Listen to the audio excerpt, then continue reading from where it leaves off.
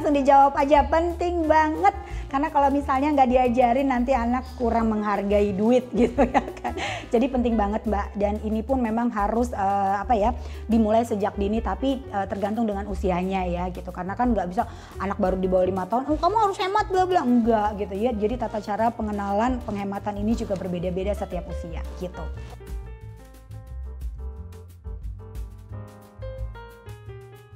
Manfaatnya yang aku rasain karena itu memang aku terapkan banget gitu ya buat putra-putri aku sendiri nih Mbak Senan sama Moms and Dad. Yang pertama adalah satu, mereka jadi lebih menghargai bahwa untuk mendapatkan duit itu tidak mudah gitu ya.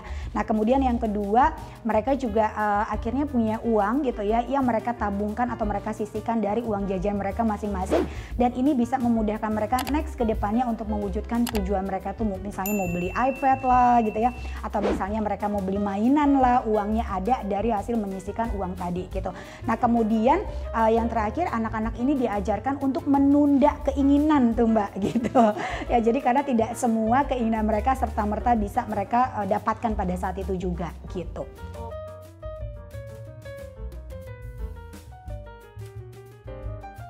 Nah, kalau untuk ngajarin anak bagaimana sih cara berhemat, ini aku mau cerita sedikit dulu nih, mau pengalaman pribadi Rista gitu ya. Waktu punya anak-anak kecil, berpengalaman dari melihat waktu itu ponakan-ponakan gitu ya. Ponakan-ponakan tuh kan suka jajan di luar gitu kan ya. Mamanya itu suka ngasih duit, oh ya beli-beli. Saya berpikir waktu itu saya masih SMA, nanti kalau saya punya anak, saya nggak mau kayak gini nih pola asuhnya gitu ya. Nah, jadi pada saat saya punya anak, saya itu menyetok makanan nih Moms and Dad gitu ya.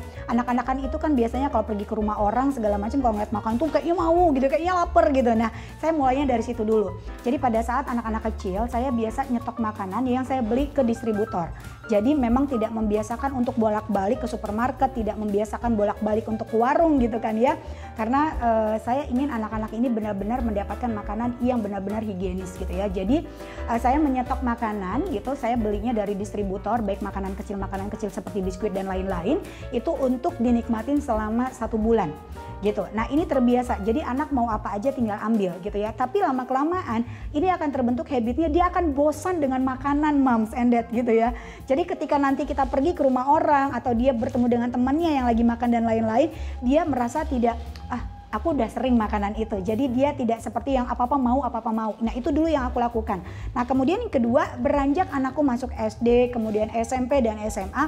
Untuk yang SD biasanya aku bawa bekal dari rumah gitu ya. Jadi dia bawa makanan dari rumah, kemudian aku selalu tanya, Mas sama Ade mau jajan nggak? Kalau mau jajan berapa, mau beli apa? Aku tanya dulu nih gitu. Jadi aku bisa memperkirakan, kan biasa ya Moms, kekuatan digital media atau sosial media, kita bisa ngecek harga barang. Jadi kita bisa tahu nih anak-anak belanjanya apa gitu ya kan gitu.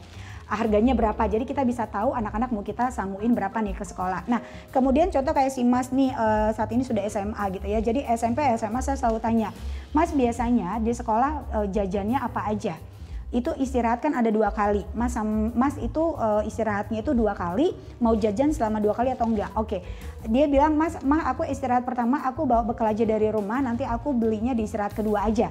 Nah biasanya istirahat kedua Mas makannya apa? Itu kita tanya dulu Moms, jadi kita bisa tahu anggaran anak-anak ini setiap harinya berapa, sehingga setiap bulannya berapa.